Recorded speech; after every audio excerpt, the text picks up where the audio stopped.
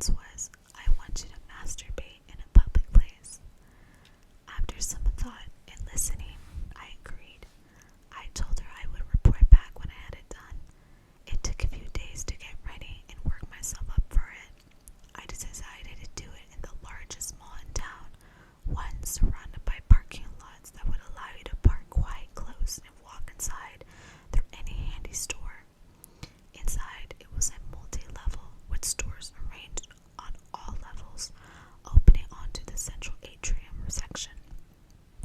Shortly after noon, I parked my car at one of the mall and slipped out of the car and smoothed my dress and headed for the doors. My adventure was about to begin. I prepared carefully. I wore a white and pink summer dress, but revealing. It had spaghetti straps and a soft bosom that supported my unbuttoned dress and was snug just below my breast to my hips. The skirt hung loose and easy from there, in pleats, just above my knees. The dress showed off my bare shoulders and arms and much of my bare legs. The skirt was very feminine, swishing lightly around my thighs as I walked. I wore white, backless sandals and matching jewelry, earrings and assorted bracelets, and carried a small white straw purse. I felt cool and collected as I walked across the blacktop, my hair falling loosely in soft curls to spill over my shoulders and tickles the top of my breast and back. That feeling of calm was to be short-lived as it turned out. Once inside the air-conditioned mall, I found the air considerably cooler and felt my nipples pop in response to the sudden chill, but the soft bosom material hid their condition from view. I was fully aware of them, however, as my breasts moved around with the gentle confines of the dress and rubbed my nipples relentlessly against the soft cloth. Such sweet torture. I walked around the second level until I reached the restroom of my choice. The women inside reflected the variety of all over the mall. Middle-aged women and teenagers. The former typically wore Bermuda shorts, slacks, or casual skirts. The latter, the youngsters, wore low-rider jeans or short shorts, cut-off sleeveless t-shirts or halters. Lots of bare legs and midriffs in display, and ton of cheap jewelry clanking and clanking. Inside the restroom, I pretended to check my makeup and adjust my hair. I used the time to check my potential audiences, and I got the shakes. All these strange women in a crowd of more than a dozen. How would they react? Could I do it? But I had to. There was no backing out now. I noticed a mature woman beside me sniffing the air, and she had a puzzled look on her face. I realized suddenly that she was smelling me. My arousal must be making me choose some more, and she was picking up on that scent. Time to get to it. The older woman tried to ignore the younger ones who were noisy and brash, laughing and giggling and joking. Their antics and sounds caused a harshness of echoes in the hard surface room, making it seem louder than it was. Maybe they wouldn't hear me with that noise, I hoped.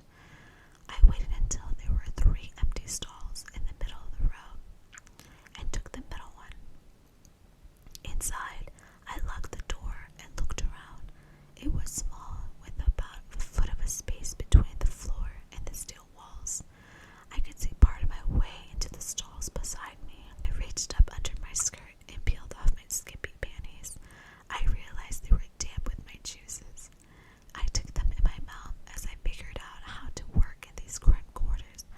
Then I hung them on the hook inside the door and sat down. Now I needed to do something with the skirt. I realized as I pulled it up and bunched it around my waist, wishing the dress had a belt. But I tucked it in as best as I could to keep it out of the toilet water. Then I realized the toilet seat was not going to work. If I leaned back, the plumbing would attack me in the small of my back. Finally, I compromised. I sat and slid as far forward as I could, leaning back into harness that now caught me in the pit back. Just then, a woman entered the stall next to me. I froze. Her feet were visible, and I could hear her pushing her panties down onto her thighs. Then the sound of her pee splashed into the water. Usually that would have turned me on, but I realized that in spite of the noise outside,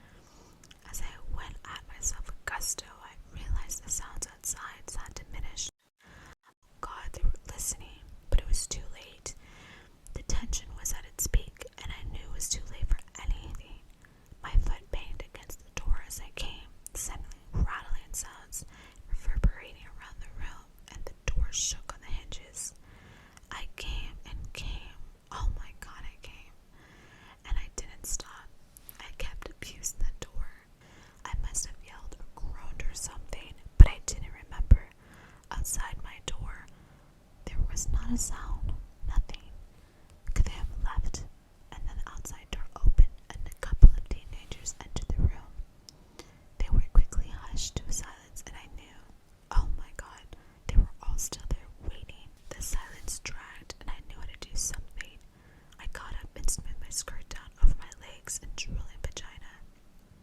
I put my panties into my purse, but not all the way. I let part of them hang out the opening. If you're gonna do it, Susan, you might as well go all the way. I unlatched the door, took a deep breath, and pulled it open, and stopped dead in shock. They were all just standing out there staring at me. No one said a word, not a sound. A long count of 3, another breath, and I began to move. With my head down, I walked quickly to wash my shaking hands. I know I was being read right down to my breast, and I could feel the heat of it. I was mortified and felt 1 foot tall. A woman, an older one, stood beside me. I had sort of pinned her there when I had politely picked this bowl. As I reached for some paper towels to dry my shaking hands, I heard her inhale, the kind of sound someone makes as they are about to say something. I cringed and pulled my head down to my shoulders, expecting the worst. I guess you really needed that on, she said, half in question. My head popped up in surprise. My eyes must have been saucers. She smiled gently and put her hand on my arm. It's okay, dear. We have all had those type of moments. I hope you enjoyed it. Her hand squeezed my arm and her smile broadened. She glanced up and around the room, and I dug deep with the courage to follow their gaze. All other women and girls except one elderly matron, who seemed confused, smiled back at me. The teeny poppers were giggling softly and poking each other. Then someone laughed, and it popped the tension and released an avalanche of laughter. They all laughed and laughed hysterically, and the teens shrieked with glee. I stood there, stupefied, with mouth opened. I realized after a moment, and then someone started clapping, and the room took off. Thunderous applause and laughter surrounded me, echoing off the walls and making my red ears hurt. I looked into my friend's eyes and let her see my thanks. I felt tears leak out, running down my cheeks. Impulsively, I gave her a kiss on the cheek and mouthed a silent thank you. She leaned in to talk to my ear. You're welcome, young lady. Thank you. By the way, may I have these as a memento and to prove to my bridge club that this actually happened? She was touching my solid panties, partly hidden my purse. I smiled into her eyes and opened my purse so she could retrieve them. When she had, I took one last look around the room and bolted to the door. I'm not sure, but I think I ran all the way through the mall and out to my waiting car. Once inside, I just sat and shook for long minutes, breathing deeply. Oh my god, that was fun. Then I started the car, put it in gear, and drove out to the home, one shaken but satisfied girl. Jenna, thank you for the challenge. I hope this lived up to your expectations.